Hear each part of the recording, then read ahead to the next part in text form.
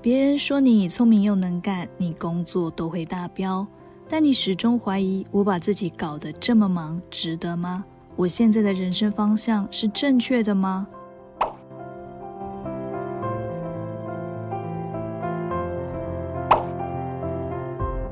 大家好，这里是淑女养成记，我是阿令。今天我们来说《高成效习惯》这本书，它好像蛮多人推荐过的，所以我决定来跟风一下。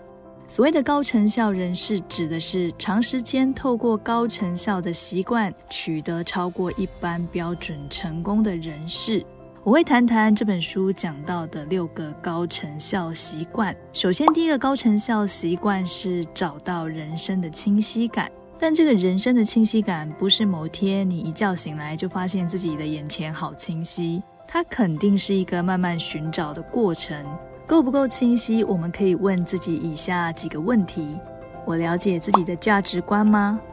我知道自己的优势跟弱势吗？我知道自己的目标跟计划吗？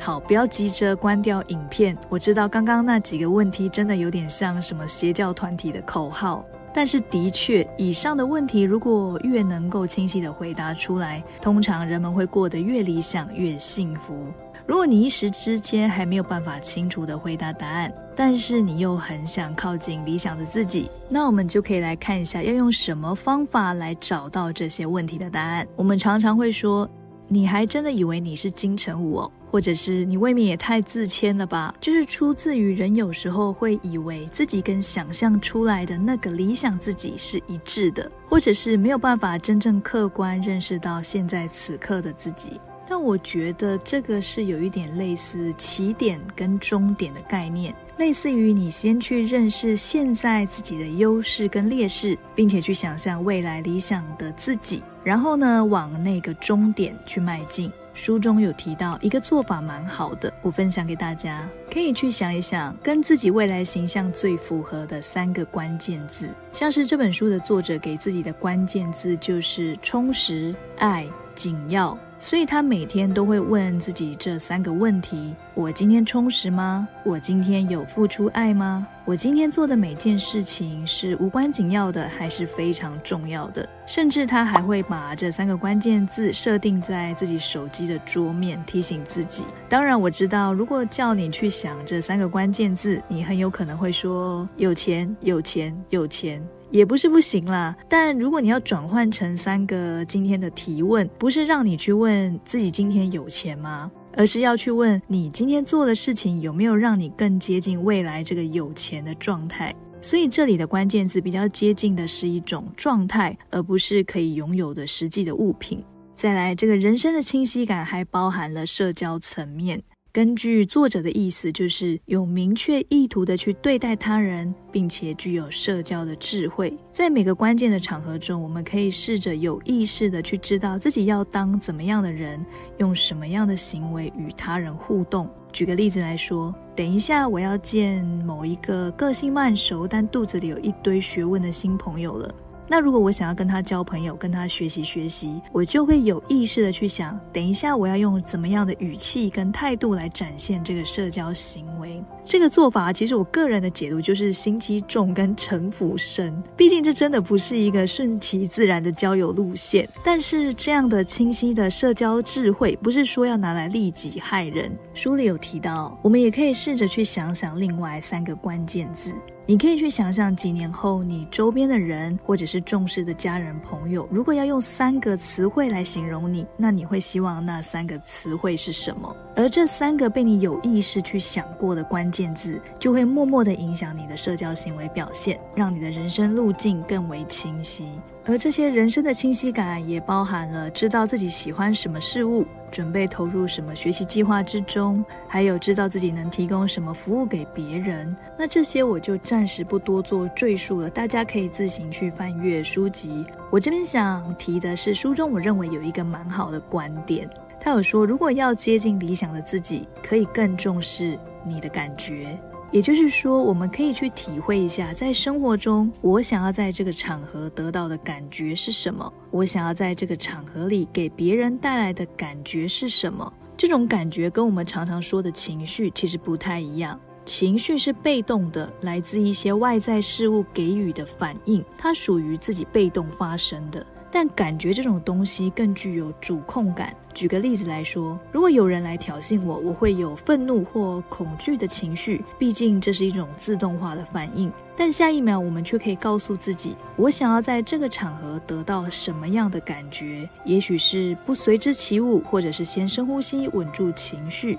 然后有意识地做出下一秒的行为跟选择，塑造当下这个场合我想要的感觉。但这里说的不是叫人去消灭刚刚的那些负面情绪哦，而是专注聚焦在你想要的感觉上面。我知道听起来有点绕口，也不太容易，但我举一个例子哦，你应该有听过心流 flow， 例如说你等一下要去约会超开心的，或者是你现在正在上你最爱的吉他课，你很投入，那就算旁边有一个怪咖突然间对你骂了一声脏话，你可能也会一笑置之，因为你现在有更重要的事情要去做，或者是你根本就处在某个超专注的状态，你无暇也不想坏了现在的好心情，因为你很有意识的而且专注的聚焦在你眼下的这个事物上面，所以我们有意识去追求的那种感觉，比起被动的情绪反应更具有主控感。再来第二个高成效的习惯是激发活力。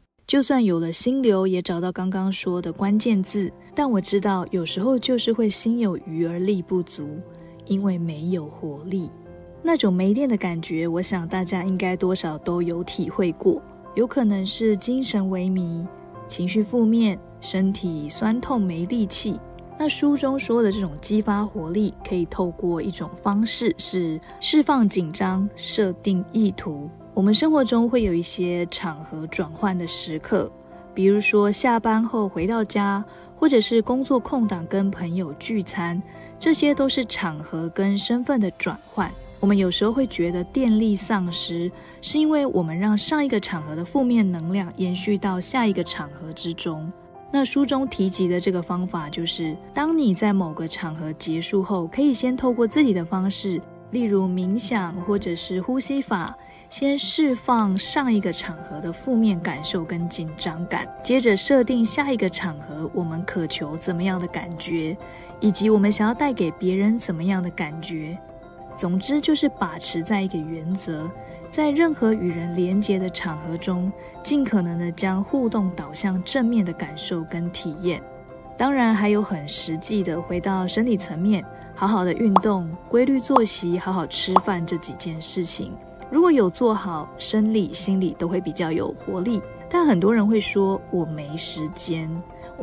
运动，我没时间好好的吃饭。书中有说到，其实这种作息的调整很像是一种选择跟投资。当我们知道做了这些作息的改变，会获得更多当下的电力，长期下来也会让未来拥有更多的时间跟精力，还有好情绪。那当我们意识到这个好处之后，现在就比较会欢喜做甘愿受，就比较不会用没时间或者是好勉强的心态来面对这件事，因为我们能够看见这个改变所带来的未来价值。那第三个高成效的习惯是找到必要去做的某件事情。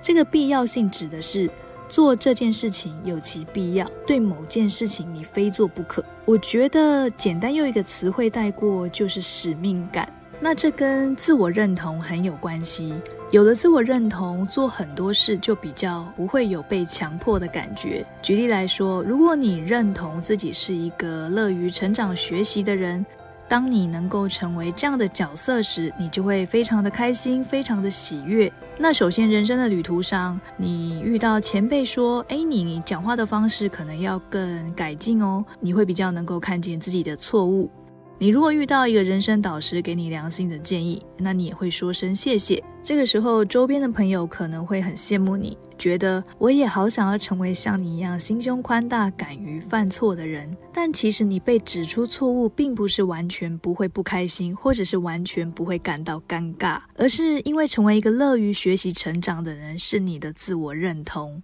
所以你跟那些没有跟你一样有这些自我认同的人比起来，你对于犯错改进的这件事情，你会感到比较没有压力，因此你的体验就会跟别人不一样。被指出错误而改进，对你而言是利大于弊。所以我们有时候会去羡慕追求别人人生的状态，例如说我超想跟那个人一样，每天投入工作乐此不疲，然后你就开始研究怎么样才能让工作乐此不疲呢？但其实我们更应该去聚焦，那个人之所以乐此不疲，是因为他有一份自我认同感，让他可以度过眼前的这个难关。那如果不太知道自己的自我认同是什么，要怎么去找到呢？可以试着从生活中去找看看，有没有什么是让我们可以不计后果，接近痴迷，不管怎么样都要投入继续前进的事物。当你找到这样可以投入的事物时，多半就是找到自己的自我认同了。